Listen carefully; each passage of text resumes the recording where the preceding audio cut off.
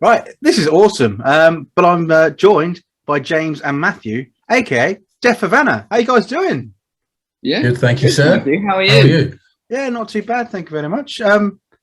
It's been quite a strange time for you guys, hasn't it? The last couple of years, like Yep. um, it's been like a roller coaster, kind of like just every loop and turn possible. Because obviously the start of, or midway through 2020, it was kind of almost it for you guys, wasn't it? And then now you're back bigger and stronger. Yeah, I think we decided it was going to be it at I think it was it. Yeah. on like the 5th of January, 2020. In my mind, it was very much it. Yeah. Yeah. At that point. Yeah. Why was that it for you guys? Why had that point been like the settling end for Deaf Havana? Really, at that point, what was kind of the trigger point for that? It was just. It was building over the last like year or so. Throughout 2020, since we released Rituals, basically. Yeah, it was kind of just building up. We weren't getting on the same, and it just, I don't know. It got tough. It was really. I don't think it was easy on any of us. The touring or any of it. And there was no fun at all. And that's the thing. I just stopped enjoying every aspect. That was the thing that always got us through, really, and that was just completely gone. And it just seemed a bit done. It felt tired. It just felt like it was worn out. You know what I mean? Like everything it did was just like it was just a drag. Really, it was just awful. I also think especially with any sort of creative job, when it becomes more a job than exciting and creative, then that's when you kind of reach that end point for that sort of segment as such, really. Yeah, that's definitely what happened. I felt really bad because I was just dialing it in. Like there's none of the I wasn't getting what I want from it anymore, if you know what I mean. Yeah. So obviously then the pandemic hit. Most people kind of then just everything went to ruin, and a lot of bands have split up because of the pandemic. Because they had, then you guys like, actually, this is the perfect time just to like get back together and that spark again. Not many people got a spark of inspiration like that in lockdown, did they? No, I mean, to be honest, like the first lockdown, I had no inspiration whatsoever. I was just like sitting around watching terrible reality TV and just like not doing anything productive. So it took a while, but I think Matty was a bit more productive than me. Like not throughout 2020. I did nothing in 2020. I nothing musical at all. And then the start of 2021. I had a real like sort of rocket up the Jacksy moment of like, what the hell am I doing? I like what do I want to do? And my girlfriend gave me a bit of a stern talking to, I think, and on that front of like, well, do you want to do music? Is this what you actually want to do? And then realised music then. No, it actually isn't. So then I started just approaching it a bit more seriously and making myself write every day at the start of last year, and then just got hit a really good like creative patch of just seeing ideas through and getting stuff out there, and then James and I ended up getting back together, and not in that way, not like that. That'd be weird. We did go to school in Norfolk, so it's normal. It's normal, kind of part of the course up there, isn't it? Funny years. But, no, but in all seriousness, it just kind of it was a lot of being not productive at all, and then it all happened really quickly, and we just in the space of like at the beginning of 2021, I think I was more productive than I've ever been in my entire life in like 3 months. So it was pretty. It did also coincide with like me stopping drinking as well, and previously drinking took up like a massive part of my it was all I did. So I probably just had more. I probably had more free time. That's weird that you had more get up and go when you weren't perpetually hungover. when you are drinking, you're not just sweating until 3 p.m. every day. Yeah. When you're drinking, you think it like I used to think it made me more creative. No, it doesn't. It made me not want to do anything. Yeah. So when you started like working together and start writing together again, did it ever like kind of cross your thought process to maybe move it away from Deaf Havana and start it as something new? What kind of made you go back to it being Deaf Havana? For me, the songs just had that heart. Is kind of all the songs we've got for the record kind of are like a distillation of what Deaf Havana could be and should be in my mind. And so it only seemed right, really. What about you, Jim? We were so, even close to the point where we'd finished the album, we were like, are we 100% sure we want to release this as a Deaf Havana album? I mean, to be honest, it does sound, the album does for the most part sound like it could be a Deaf Havana album, so that's why we decided to keep it. And also the amount of work to start a new project again, you can't just like, although we're not in any way, shape or form a big band, there's still a bit of like infrastructure there. To start again, it takes ages, so I don't know. But and also, if we want to do another project, there's nothing stopping us. Like, we can do that. But I think this just ended up needing to be a Havana record. Yeah. I mean, the singles we've had so far, obviously, we've had Going Clear and we've had Kids. They do sound like an evolution of where Deaf Havana were going. So obviously, it is an evolution of where Deaf Havana have gone, because you are. Yeah, exactly. Good. Yeah, I'm glad that that's come across, because that's, well, those two songs in particular actually very much felt like that, I think. And what was the sort of, I think, especially with Kids, there's a more electronic and slightly poppier feel to it as well. Have there been new influences over the last couple of years which have kind of driven the writing process, especially for Kids? Definitely for Matty. Like, you listen to a lot of electronic music, don't you? Yeah, I mean, but that's not necessarily new. That's where my head's been at for a while. But that was also like Kids as it is now changed in the studio. Like that was as we were recording everything else, it was one of the last songs we got round to doing, and as it was, it just felt a bit old. Or it felt like in the month or so that since we'd started, like, we'd got the songs together and started recording them properly, it had dated almost. If you know what I mean. It is weird. And then we just started, but there was elements of the song that we loved, basically, and so then we just started playing around. And Mike Horner, whose studio it was, he's got a bunch of really nice old synthesizers and stuffs.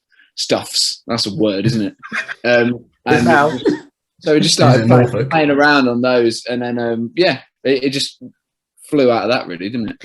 I think the influence is more what Mike had in his studio. Like, he had a lot of like weird synthesizers that we were like, all right, let's just see what this does. So I don't know how we're gonna recreate any of those sounds, because they're all they're all like actual synths. They're all like proper synthesizers where you can't even store the sounds. Yeah. I mean, that's a challenge, because I was going to get on to touring, because obviously so far on the books there's just Slam Dunk. Is there anything in the books that's coming up, or at least an idea of a tour at some point? Yeah, definitely. We it's like, I think it's booked, to be honest, but we'll definitely tour in, like, I think October and November, in the autumn, after the summer. It's just we kind of left it too late to get on any of like the big festivals this year, because they just carried over all the artists for the last like 2 years that didn't get to play. So festival season probably will be next year for us. But we're definitely going to kick off touring, I think, October. Is that exciting to get back out onto a stage and perform as Deaf Havana with the new era as such? Yeah, definitely. Right. It is really exciting. And it's even nice to play with just new musicians as well, because it's just like, it feels like a fresh start. Yeah, even though it's really different. Yeah. It's almost like the pandemic's kind of like it has been the full stop for era one of Deaf Havana, and then this is the rebirth, and you've had that time to kind of recoup and like sort of regrow as such. Yeah, definitely. I mean, I think I can speak for us both when I say, like, it, like, playing shows and writing music, it means something different to me now. Like, I've had a real reevaluation of everything, really, every aspect of my life, and so, like, there's an amount of gratitude that I don't think we had before necessarily. That is in everything we do now. Yeah, I think the pandemic definitely did that for a lot of people. Kind of made them really appreciate the things that they have got. Yeah. Yeah, it's it has been an interesting time, and like I said, really liking the sound of Kids and Going Clearer. Thank you. So obviously the album is called The President of a Foreign Land. 15th of July, we're getting it. What is, or actually, did any of the songs that have made it onto this album, were any of the parts ever from like a few years ago, maybe with old Deaf Havana, or this is all completely brand new, just from you two guys, or any of the ideas originally from like a few years ago? You've gone, actually, no, this now works. It didn't used to work, but it does now. So the 2 songs that we've released so far are old songs. So like Going Clear, I think I wrote. Kids is, there's like one hook that is the same in Kids. It's got this, and the same first verse is this, but the idea of Kids and the hook bit has been around for like a while. Yeah, I'm talking 7 years. I think I'm talking 7 years. Yeah, wow. Before it was a demo for Countless an Nights, album called All These Countless Nights, and then Going Clear, I wrote maybe like, when did I write it? Right? I reckon 3. You said it to me August. I think it was longer than that. Yeah, but you said it to me August of 2019, and it was just two verses and 2 choruses. Yeah. Yeah, but other than that, they're all. I think they're all new, aren't they? Yeah. Pretty other than those 2 songs, they're all either songs that Matt had written during the pandemic or songs that we wrote together. Yeah. I think Breaking the Habit, I think that took Linkin Park 7 years. I think the original hook, the piano bit, they had that, and then they had nothing else. And then suddenly Mike Schneider was like, I've got it now, 7 years later. It's bizarre how that does happen. It does happen though. Like sometimes it's just not right for the moment. I've gone to see bands and artists when they've played songs live, and I'll be like, oh, that's amazing. I wonder when they're going to release it. They release like 3 albums, and then it's on the. It's on like, do you know what I mean? It's like 7, 8 years later. So it's weird how that happens, but it does happen. You just got them stored there. They're just there at the back, and you go, actually, no, this is the time now. Either that, or you can't be bothered to write any new songs, and you just use like recycle old ones. What is that? Justification. This album's just laziness. It's just. Exactly. Yeah, good for the environment though. No, it's not lazy. Deaf Havana, Going Green, we're just recycling. There we go. Yeah. Right. I have got a little game for you guys if you're up for it. Yeah. It's called Streamy, Say That You Stream Me. Essentially, it's higher or lower, but with streaming numbers. It's so original. I just don't like it. I'm into it. You can both do join in to say higher or lower. So we're going to start off with the past 6 years is at 3.8 million. So that's your starting number. Is Sinner higher or lower than 3.8 million? I'm going to say lower. I'm going to say higher. Oh, one of you's right. I mean, that's going to be the case when you with a 50-50. It is. It's higher. Yeah. 7.5 million. Yeah. Really? Yeah, wow, that's impressive. So, pretty good. I mean, technically, James, you're already out, but we'll just say it's 1-0 to Matthew so far. So we're going from 7.5 million streams for Sinner. Is Kids higher or lower than 7.5 million? Definitely lower. I mean, yeah. I mean, that's a point all right. I mean, it's at 198,000. It's only been out a while. It's not been out that long. Yeah. That's true. I mean, it makes the next one pretty easy, I would suggest. Friends Like These, higher or lower than 198,000?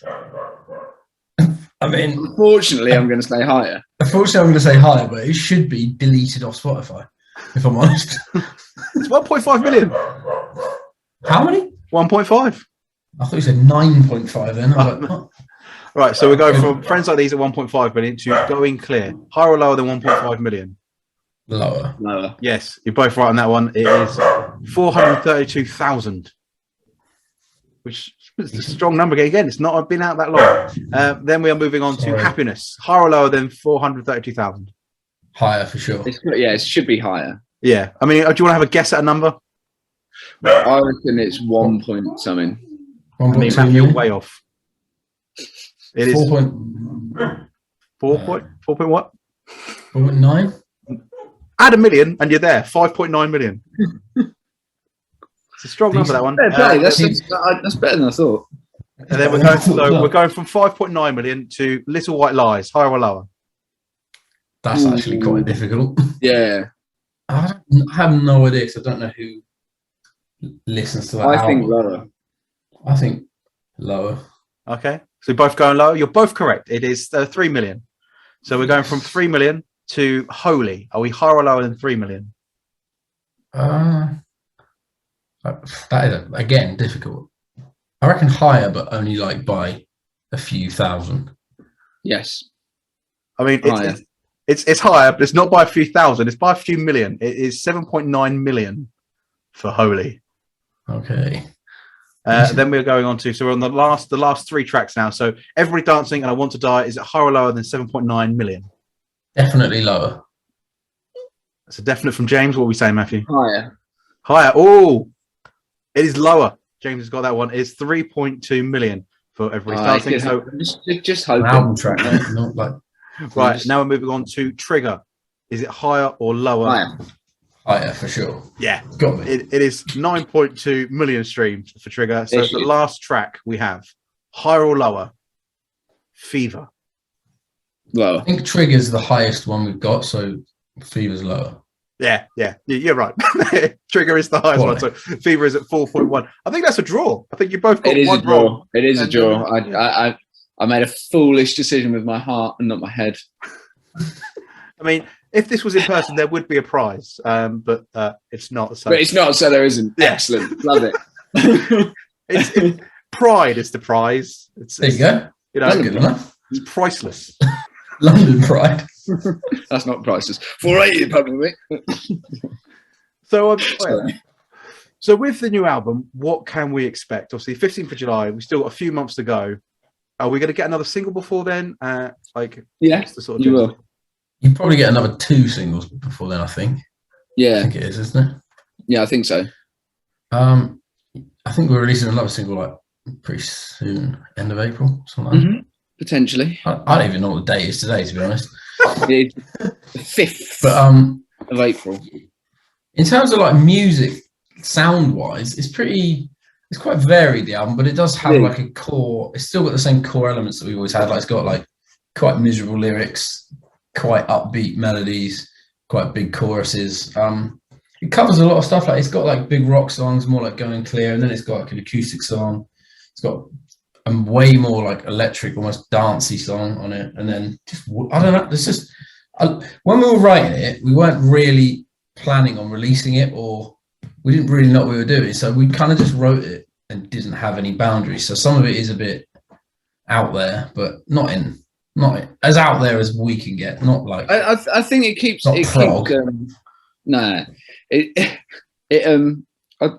I don't know. I'm really proud of it as a record. It makes sense as in and of itself, but it does keep you guessing a bit. I think it's nice to have been able to vary things around a bit.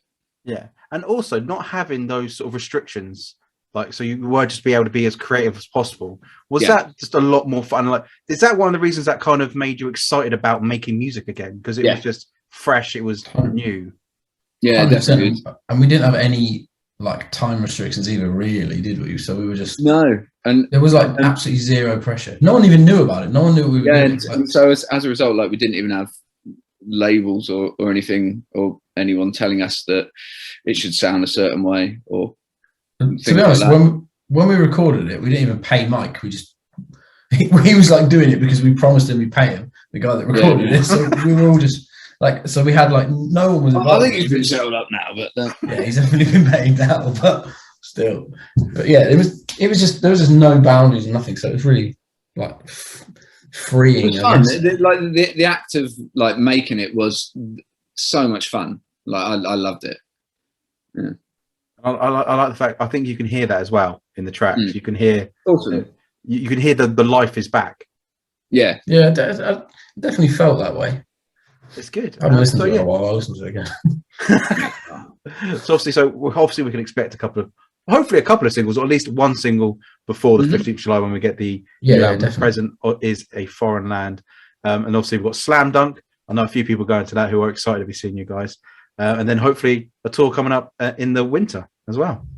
Yes, that's the plan. Absolutely. Awesome. Thank you very much, James and Matthew. It's been an absolute pleasure. Thank you very much. Thank you very much, man. Thank you for your time. Thank you. Yeah.